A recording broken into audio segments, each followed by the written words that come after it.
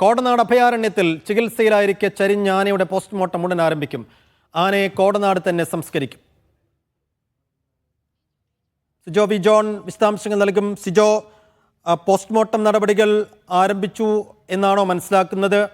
എന്താണ് മരണകാരണം എന്നതിൽ ഒരു വ്യക്തത വരണമെങ്കിൽ സ്വാഭാവികമായും പോസ്റ്റ്മോർട്ടം റിപ്പോർട്ട് വരണം. പോസ്റ്റ്മോർട്ടത്തിന് ശേഷം സംസ്കാര നടപടികളൊക്കെ എങ്ങനെയാണ്?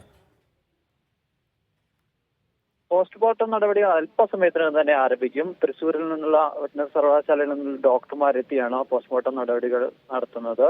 അത് ഉടൻ തന്നെ തുടങ്ങുമെന്നാണ് ഉദ്യോഗസ്ഥർ അറിയിക്കുകയും ചെയ്തിരിക്കുന്നത്. എന്തായാലും കൃത്യമായി എന്താണ് മരണകാരണമെന്ന് പോസ്റ്റ്മോർട്ടം റിപ്പോർട്ടിൽ മാത്രമേ വ്യക്തമാകുള്ളൂ. എന്തായാലും പ്രാഥമികമായ നിഗമനം എന്ന നിലയിൽ ഹൃദയാഘാതമാണ് സംഭവിച്ചിരിക്കുന്നതെന്നാണ് വനംവകുപ്പിലെ ഉദ്യോഗസ്ഥർ അറിയിച്ചിരിക്കുന്നത്.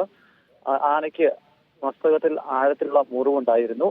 അത് പഴുപ്പ് നിറഞ്ഞിരുന്നു. ആ പഴുപ്പ് തുമ്പിക്കൈയിലോട്ട് ഇറങ്ങുന്ന ഒരു സാഹചര്യം ഉണ്ടായി. അതിൽ നിന്ന് ശ്വാസം എടുക്കുന്നതിനുള്ള ഒരു ബുദ്ധിമുട്ടൊക്കെ നേരിടുന്നതായി ഈ ഡോക്ടർമാർക്ക് ഇന്ന് രാവിലെ അറിയിക്കുകയും ചെയ്തിരുന്നു. മിനിയാന്നാണ് ആനയെ രാവിലെയാണ് കോടനാട് എത്തിക്കുന്നത്. അതിനുശേഷം ഇന്നലെ രാവിലെ മുതൽ തന്നെ വിദഗ്ധ ചികിത്സ ആരംഭിക്കുകയും ചെയ്തിരുന്നു. ഇന്ന് രാവിലെ ആന മരുന്നിനോട് പോസിറ്റീവായി പ്രതികരിച്ചിരുന്നു. അതോടൊപ്പം തന്നെ ഭക്ഷണം എടുക്കുകയും വെള്ളം കുടിക്കുകയൊക്കെ ചെയ്യുകയും ചെയ്തിരുന്നു. പക്ഷെ ഉച്ചയോടെയാണ് പെട്ടെന്ന് ആരോഗ്യനില പെട്ടെന്ന് മോശമാകുന്നത്.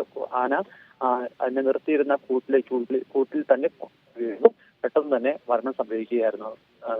എന്തായാലും നടപടികൾ പൂർത്തിയാക്കിയതിനു ശേഷം ഈ കോടനാട് അഭയാരണ്യത്തിന്റെ കീഴിലുള്ള ആ വനമേഖലയിൽ തന്നെ മൃതദേഹം സംസ്കരിക്കാനാണ് ഇപ്പോൾ തീരുമാനം. അത് ഏകദേശം ഒരു 2 മണിക്കൂറിനുള്ളിൽ തന്നെ അതിന്റെ നടപടികൾ പൂർത്തിയാകും. കാരണം പോസ്റ്റ്മോർട്ടം അല്പസമയം നീണ്ടു നിൽക്കുമെന്നാണ് ഉദ്യോഗസ്ഥർ പറയുന്നത്.